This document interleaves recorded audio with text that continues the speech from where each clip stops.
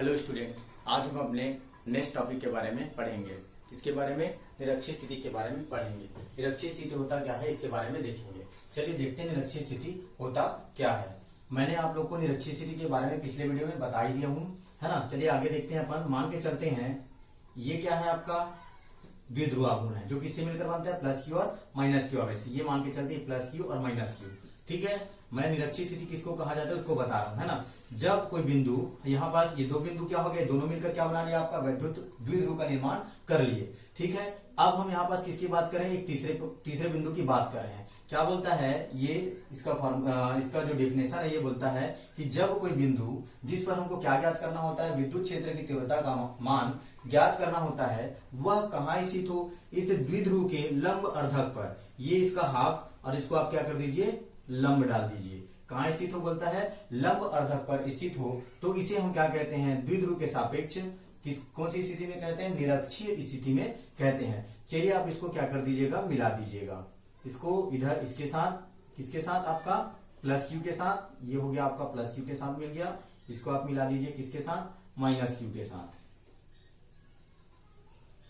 ये मिला दिए माइनस क्यू के साथ, ठीक है।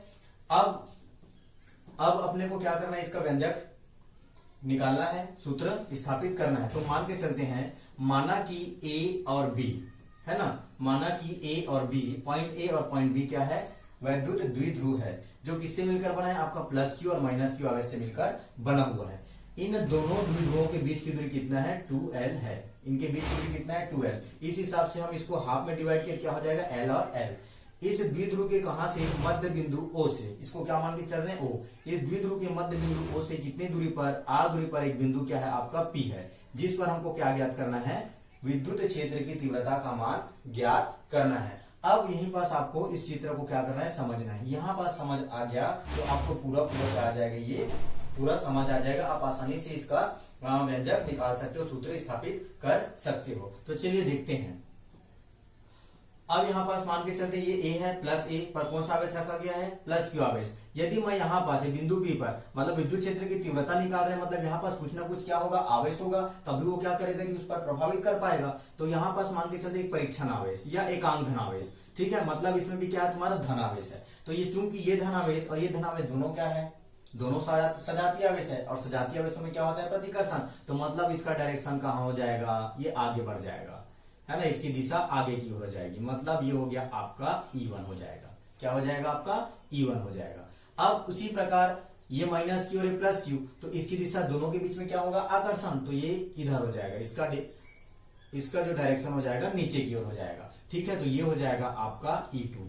क्या बन जाएगा, ये आपका E2 हो जाएगा ये, ठीक है। ये वाला जो पॉइंट है वो क्या हो जाएगा, E2। अब यहाँ पास ये क्या हो जाएगा, आपका परिणामी तीव्रता E हो जाएगा। आप इसको आपस में मिला दीजिए, ठीक। आगे समझ में इतना। अब आगे देखते हैं, है ना। ये इसका क्या हो गया, थ्योरी हो गया जो आपको लिखना है ना। अब उसके बाद देखते हैं A पर स्थित कौन सा आवेश स्थित है, प्लस क्यू। तो A पर स्थित प्लस क्यू आवेश के कारण क्या करना है, अपने को विद्युत क्षेत्र की तीव्रता ज्ञात करना है। तो ये हो जाएगा बिंदु A पर स्थित किसके कारण, प्लस क्यू आवेश के कारण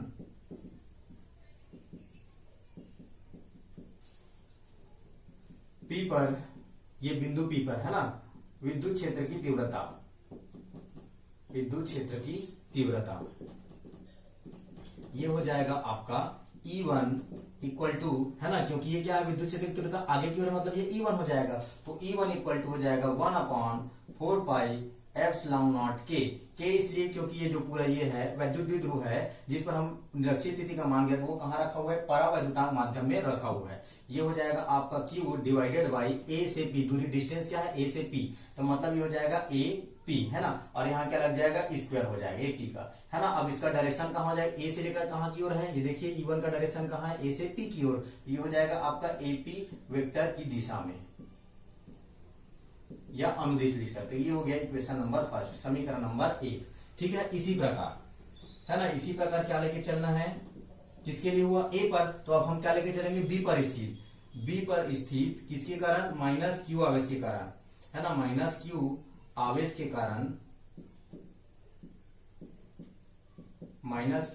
कारण P पर विद्युत क्षेत्र की तीव्रता, विद्युत क्षेत्र की तीव्रता, ठीक है। ये हो जाएगा आपका E2 इक्वल टू क्या हो जाएगा 1/4πε0 K और साथ में हो जाएगा आपका Q डिवाइडेड बाई, अब इसका डायरेक्शन का P से लेकर B, मतलब क्या हो जाएगा ये PV स्क्वायर हो जाएगा, BP ये BP स्क्वायर हो गया है ना। अब इसका डायरेक्शन कहाँ हो जाएगा P से B वेक्टर की दिशा में, कैसे देखिए नीचे की ओर है, P से कहाँ का डायरेक्शन आ रहा है B की ओर, तो PB वेक्टर की दिशा आ जाएगा ये, है ना, दिशा में। ये हो जाएगा इक्वेशन नंबर सेकंड दे दीजिएगा, इसको समीकरण नंबर 2 दे दीजिएगा, है ना। अब इसके बाद E1 और E2 निकालिए। अब हमको क्या करना है, ये परिणामी तीव्रता E का मान ज्ञात करना है। तो चलिए देखते हैं, एक सिंपल ये है ना। हम क्या करेंगे, E1 को क्या करेंगे, E1 के घटकों, E1 और E2 के घटकों पर क्या करेंगे, विचार करेंगे, लंबवत घटकों पर विचार करेंगे। तो चलिए देखते हैं, ये हो जाएगा आपका लंबवत घटक E1 का, कैसे, ये यहां से लेकर यहां तक का करेंगे, कितना डिग्री का कोण बनेगा आपका, यहां से यहां तक का 90 डिग्री, ठीक है। तो ये हो जाएगा आपका E1 क्या लेके चलिए साइन थीटा, ठीक है। और ये वाला क्या हो जाएगा, ई वाला जो डायरेक्शन है इधर वाला, वो हो जाएगा आपका E1 cos थीटा हो जाएगा, ठीक है। ये किसके हो गए, E1 के घटक। इसी प्रकार आपको किसके लेके चलना, E2 के घटक। तो ये क्या हो जाएगा, ये नीचे की ओर हो जाएगा, यहाँ ये नीचे की ओर हो जाएगा। तो ये हो जाएगा आपका E1 साइन थीटा था, तो ये क्या हो जाएगा आपका E2 साइन थीटा हो जाएगा, है ना। और ये वाला क्या हो जाएगा, यही पास बनेगा ये भी, ये हो जाएगा आपका सेकंड वाले के लिए E2 cos थीटा, ठीक। आगे समझ में, E2 क्या हो जाएगा आपका cos थीटा। अब यहाँ पर ध्यान दीजिएगा, चूंकि E1 और E2 यहाँ पर देखिएगा, है ना, इसके जो लंबवत घटक बताया हूं E1 और E2 दोनों क्या है, एक दूसरे के क्या है तुम्हारा विपरीत दिशा में है। और चूंकि E1 और E2, क्योंकि दोनों का परिमाण क्या होगा, समान होगा, तो चूंकि E1 और E2 का परिमाण आपस में क्या होंगे, बराबर होंगे, तो इसलिए क्या हो जाएंगे E1 मतलब जो आपका ये जो E1 साइन थीटा और E2 साइन थीटा के जो घटक हैं वो एक दूसरे को क्या कर देंगे, निरस्त कर देंगे, समाप्त कर देंगे, एक दूसरे के प्रभाव को क्या कर देंगे, निरस्त कर देंगे। क्यों, क्योंकि दोनों का डायरेक्शन क्या है, अलग अलग है, विपरीत दिशा में है, ठीक है। तो यहां पर लेके चलेंगे, अतः बिंदु P पर परिणामी तीव्रता, ठीक है, परिणामी तीव्रता, ठीक है। परिणामी तीव्रता क्या हो जाएगा आपका, ये तो दोनों आपस में क्या हो गए, निरस्त हो गए। तो अब क्या बच रहा है तुम्हारा, ये वाला घटक। तो ये वाले घटक में कौन कौन सा है आपका, E1 cos थीटा और E2 cos थीटा, तो दोनों आपस में क्या हो जाएंगे, जुड़ जाएंगे। तो E इक्वल टू क्या हो जाएगा आपका E1 cos theta plus E2 cos theta, ठीक है। अब यहाँ पर लिखिएगा, चूंकि यहाँ पर ध्यान दीजिएगा, चूंकि E1 और E2 का वैल्यू क्या होगा, बराबर होगा, क्योंकि दोनों का परिमाण क्या होता है जी, वैद्युत विद्युत में दोनों का परिमाण क्या होता है, बराबर होता है ना। क्योंकि वो कौन सा आवेश रहता है तुम्हारा, समान परिमाण के सजातीय आवेश लेके चलते हैं। तो चूंकि E1 का मान किसके बराबर है, E2 के बराबर है ना। E1 का वैल्यू किसके बराबर है, E2 के बराबर। तो आप E2 के जगह क्या लेके चलोगे, E2 के जगह क्या लेके चलेंगे, अपन E1 लेके चलेंगे। तो E इक्वल टू क्या हो जाएगा आपका, ये E1 cos थीटा प्लस ये E2 के जगह भी क्या लेके चलिए आप, E1 cos थीटा लेके चलिए। तो दोनों आपस में जुड़ जाएंगे, कितना हो जाएगा, E equal to 2E1 cos theta, क्या हो जाएगा आपका 2E1 cos थीटा। ये हो गया आपका समीकरण नंबर 3, ठीक। यहां तक का समझ आ गया, E equal to 2E1 cos theta. इसका दूसरा तरीका और है ना, ये जो वैल्यू निकाले हैं अपन, E equal to 2E1 cos theta निकाले हैं, इसका दूसरा तरीका और है। इसको भी मैं इस वीडियो में जब ये पूरा बन जाएगा तो उसमें मैं आपको बता दूंगा। ये आपका क्या सिंपल तरीका है, चाहो तो आप इसी से ही क्या करिएगा, मतलब सूत्र स्थापित करिएगा। तो 2E1 कितना हो जाएगा आपका cos थीटा।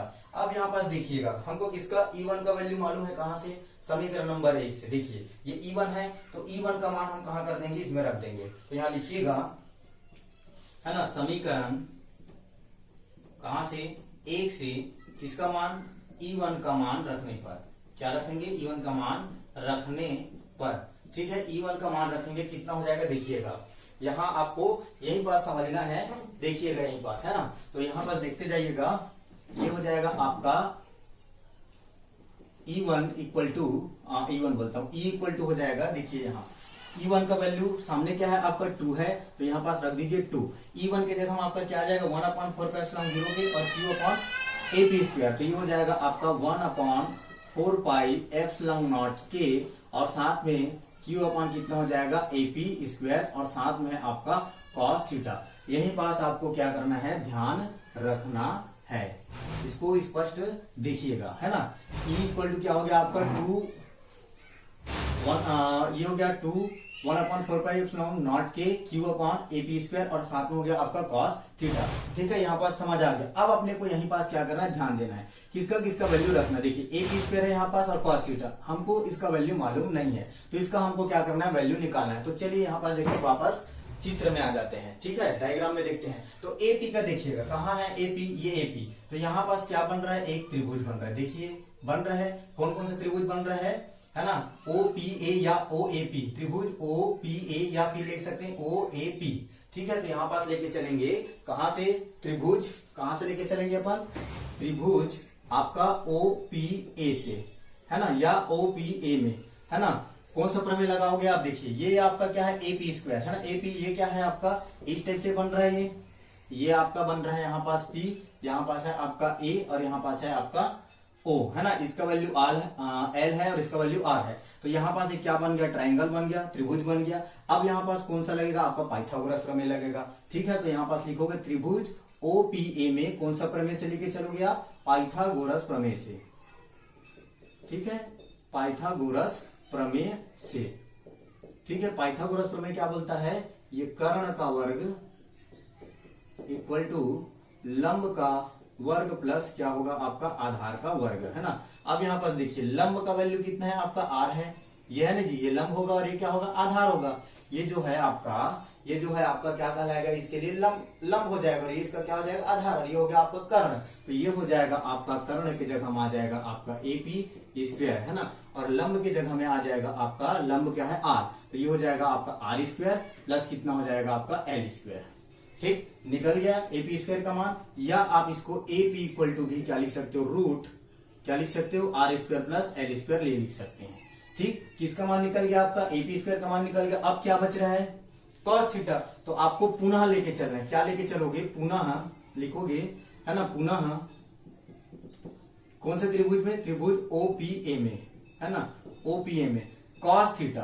कॉस थीटा का फॉर्मूला क्या होता है, कॉस थीटा इक्वल टू क्या होता है आपका आधार बटे क्या होता है आपका कर्ण, है ना, आधार बटे क्या होता है कर्ण। ठीक है, ये होता है। यहाँ पास देखिए अब आपको क्या करना है, आधार बटे कर्ण। तो इसका आधार क्या है आपका OA, जिसका वैल्यू कितना है L, और कर्ण क्या है AP स्क्वायर, क्या है आपका AP। तो AP का मान अपन क्या निकाले हैं आपका, root R square plus L square. तो यहाँ आप क्या कर सकते हो, root R square plus L square रख सकते हो, किसका, ये आधार का मान, है ना। तो ये आधार बोलता हूँ कर्ण का मान, किसका मान, कर्ण का मान। तो ये हो जाएगा आपका cos थीटा इक्वल टू, ये आधार के जगह क्या आ जाएगा आपका, ये देखिए आधार के जगह क्या है, L है, इसकी लंबाई कितना है, O से A तक, ये इसका क्या कहलाएगा, आधार। तो इसका लंबाई कितना है आपका, L है। तो यहाँ पास आ जाएगा आपका L divided by Karna.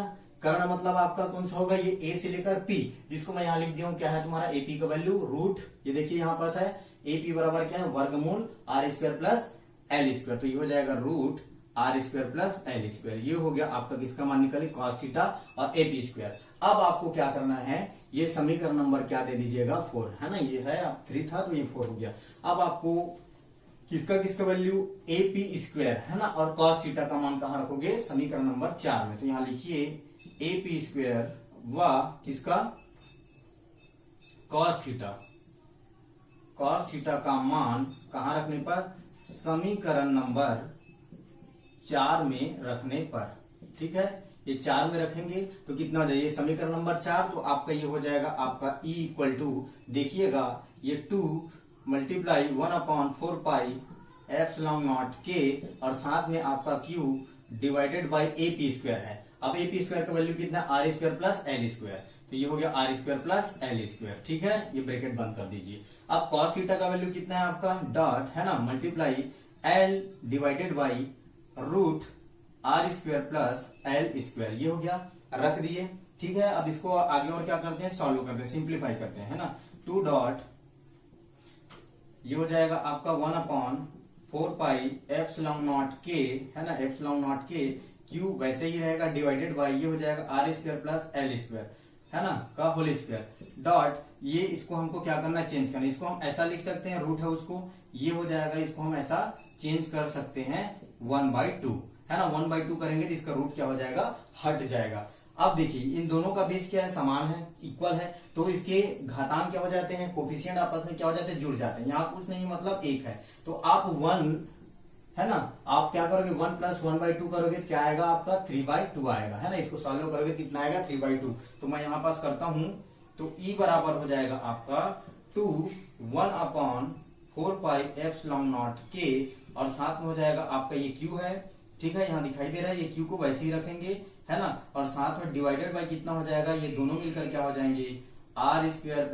L² की पावर कितना हो जाएगा आपका, की पावर कितना हो जाएगा, देखिए यहाँ पास क्या लिखे हैं अपन 3/2 हो जाएगा। ये दोनों आपस में जुड़कर क्या बन जाएंगे 3/2 हो जाएंगे। साथ में इसका L है तो यहाँ पास L लगा दीजिएगा, ठीक, इतना समझ आ गया, ठीक है। अब उसके बाद आगे देखिए इसके, है ना, इसके आगे देखिएगा E = हम क्या लिख सकते हैं, यहाँ आगे बता देता हूं मैं, ठीक है। इसी के आगे ये हो जाएगा E है ना, तो इसको वैसे ही रखेगा, ये 2QL को सब क्या ले लीजिएगा, एक साथ ले लीजिएगा, है ना। तो E = हो जाएगा आपका 1/4πε0k, और साथ में अपन 2QL को एक साथ ले लेते हैं, डिवाइडेड बाय कितना हो जाएगा R² + L² की पावर कितना हो जाएगा 3/2 हो जाएगा। ये कितना हो जाएगा आपका 3/2 हो जाएगा, है ना। तो अब यहाँ पर देखिएगा हम क्या जानते हैं, P = क्या होता है, चूंकि P = क्या होता है 2QL, तो आप क्या करोगे, इस P के जगह 2QL की जगह क्या आ जाएगा आपका P आ जाएगा, क्या है ये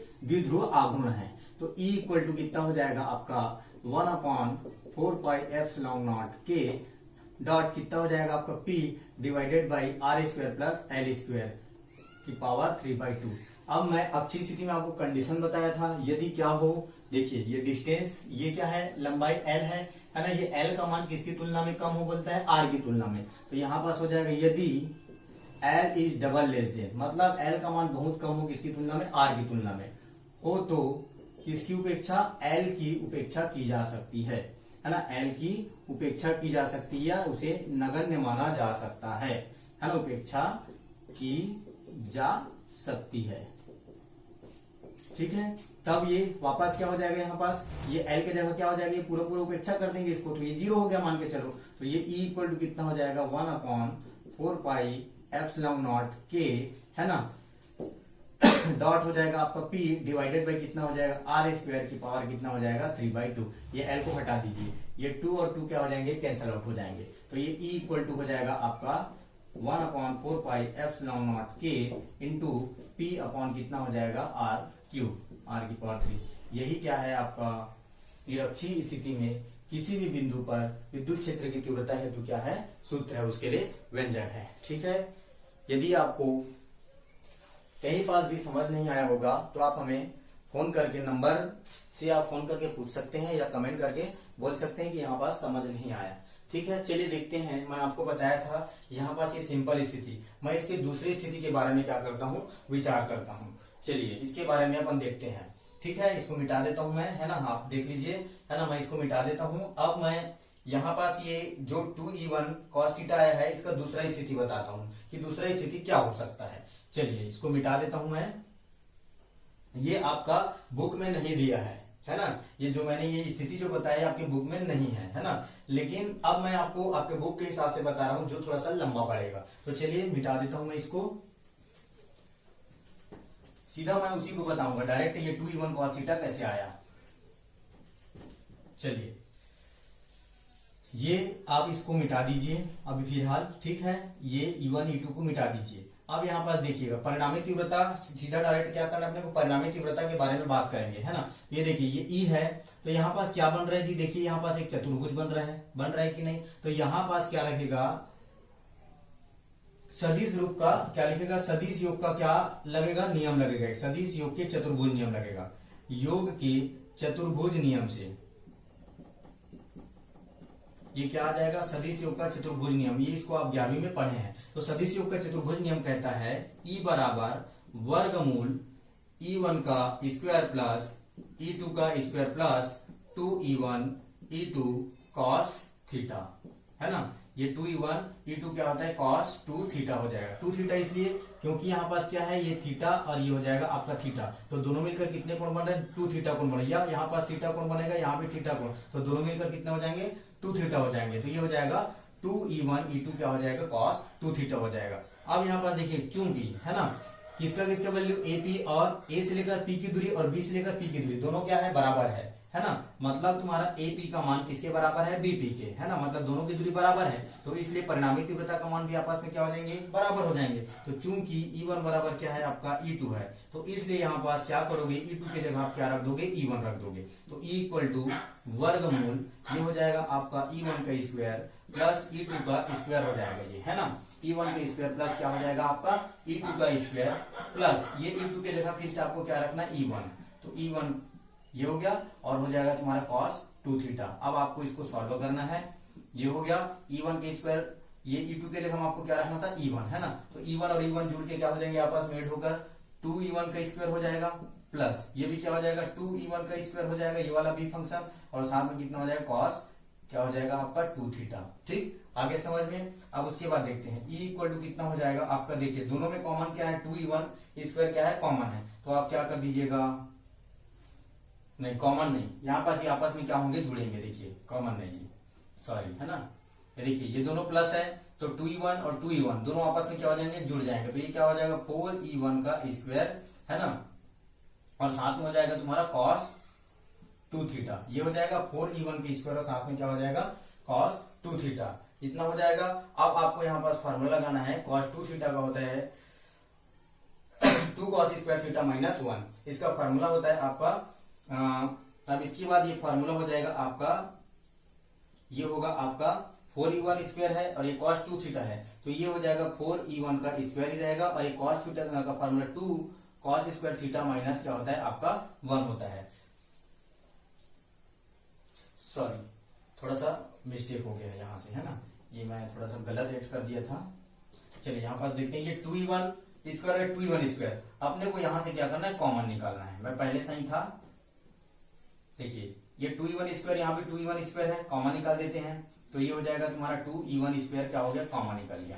अब यहाँ पास क्या बचेगा, यहाँ क्या बचेगा कुछ नहीं है, मतलब यहाँ कोई फंक्शन नहीं है ना, यहाँ डॉट है, तो ये क्या हो जाएगा ये 1 बचेगा प्लस क्या हो जाएगा यहाँ क्या बचेगा आपका cos 2 थीटा बचेगा। अब यहाँ पास आपको क्या करना है cos 2 थीटा का क्या करना है फार्मूला लगाना है, तो E इक्वल टू हो जाएगा आपका वर्गमूल 2E1 स्क्वायर और साथ में ये हो जाएगा तुम्हारा 1 प्लस इसका फार्मूला होता है 2 cos स्क्वायर थीटा माइनस 1 होता है ना, cos 2 थीटा का, ये -1 और +1 क्या हो जाएंगे आपस में कट जाएंगे, तो क्या बचा 2E1 स्क्वायर और ये बचा आपका 2 cos स्क्वायर थीटा, तो आपस में मल्टीप्लाई होकर क्या हो जाएंगे √2 का मल्टीप्लाई 2 से मतलब 4, E1 का क्या हो जाएगा आपका स्क्वायर, है ना, और साथ में क्या हो जाएगा cos स्क्वायर थीटा। ठीक, अब इसको हम ऐसा लिख सकते हैं, ठीक है, जब इसको आप सॉल्व करोगे तो 2 का